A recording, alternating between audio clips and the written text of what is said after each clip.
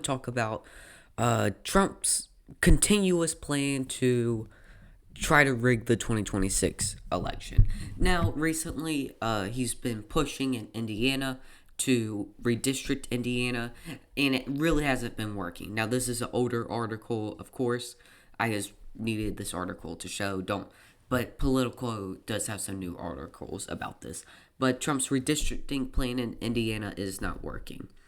And I do think that 2026 is a very important election for the Democrats because the Democrats are doing their best to fight against this redistricting that Trump has Texas passed, which will gain the GOP probably up to 5 new seats in Texas. Even though Texas, if we go to JJ Maps,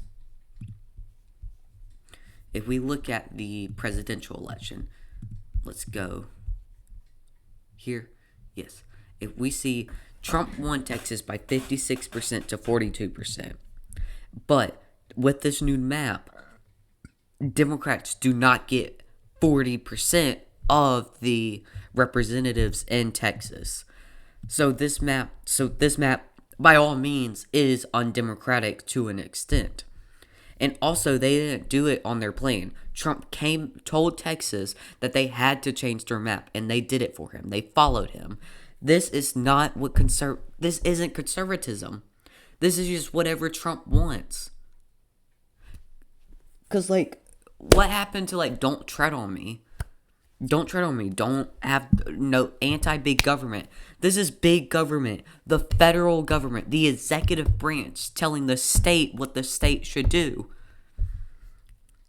He's trying to do the same with Indiana. He's also trying to do the same in other places too, like Missouri, where the Missouri governor signed into law, which it is being debated right now, a new redistrict map that could gain the GOP an extra House seat. We're seeing Trump also, or not Trump specifically, but the GOP doing what I believe they think Trump would like, and that is to dismantle the Voting Rights Act, which is, you don't know what the Voting Rights Act is.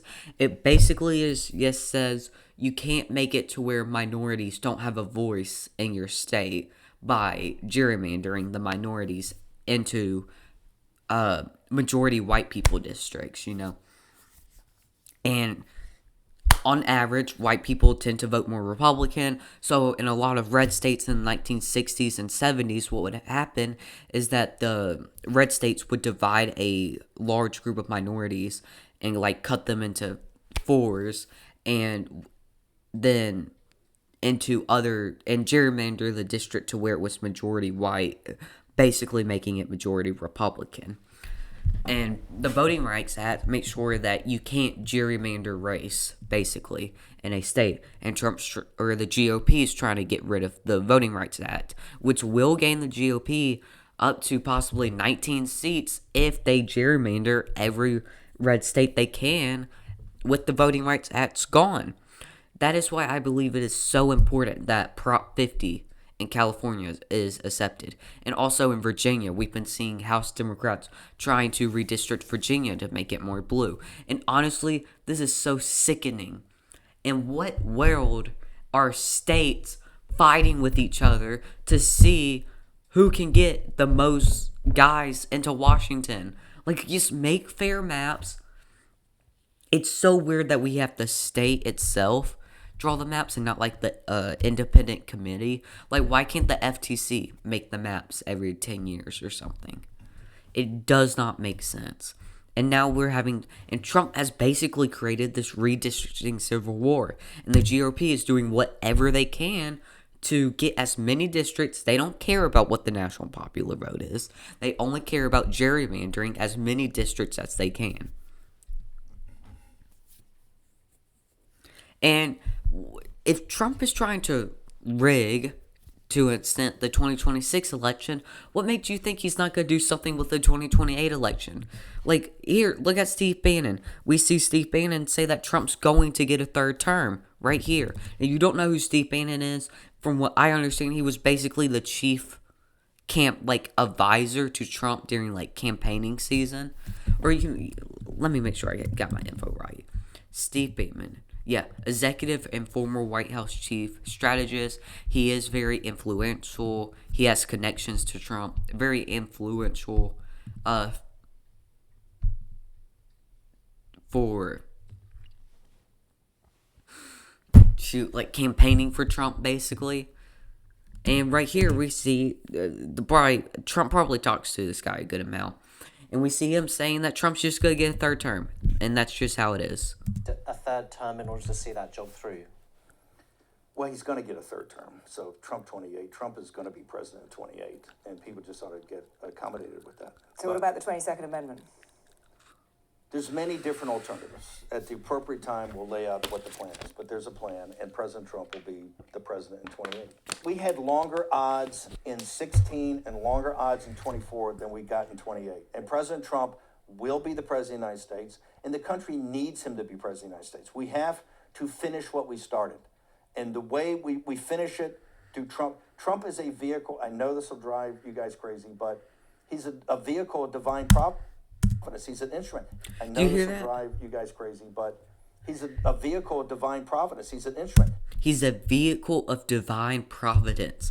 People are talking about Trump like he's a king, like he's a god. This type of glaze is unprecedented in American politics. And Steve Bannon, someone very close to the Trump team, now he isn't officially part of the Trump White House. The White House declined to comment on Steve Bannon's comment. So you know what would have made sense if the White House came out and said, yes, Trump will not be running in 2028 and won't try to run in 2028. Instead, the White House decides to decline a comment on Steve Bannon's comment. You know how weird that is? Like, imagine in 2014 or 2013. I'm trying to think. Someone in Obama's team, like, who, I don't know, Michelle Obama, or probably bad. Just someone like a Steve Bannon type, but Democrat, in 2013 said Obama needs to get a third term. He's gonna get a third term. Imagine the media outrage. And we just have Steve Bannon right here just saying Trump's gonna get third term. And look, I don't even mean for this video to be like anti-Republican.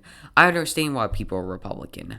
I used to consider myself a Republican. The Ben Shapiro's of the world, I like them. Republicans are mostly chill, but what like Steve Bannon and Trump are doing are not conservative values. These aren't "don't tread on me" values. These aren't the libertarian values that conservatives typically have. And honestly, like, it's just so weird and disgusting. And Trump's even selling 2028 hats, which Trump's a troll, I guess. But in what world does someone have to go, oh, our president's a troll? Our president's just the most powerful, the man that is in charge of our entire country. He's just trolling his opposition, which is half of the country. Like, he just doesn't like half of the country and trolls them. Imagine if Obama sat in the White House all day just trolling Republicans whenever he was president. It's so weird. And why can't we just have a confident president? And whenever Steve Bannon says something like this, Trump pardoned 1,600 people that were arrested for January 6th. A lot of those people, they hear Steve Bannon say this and they go, yes. Yes. And you know what? Steve Bannon also supported January 6th. Days leading up into January 6th, he said if Trump is not confirmed, that he is not said to have won the 2020 election, then something bad will happen. He did it. He hyped up January 6th.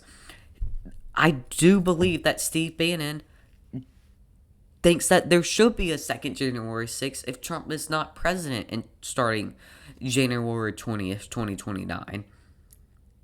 It's disgusting. It's crazy. I don't even know how to describe it.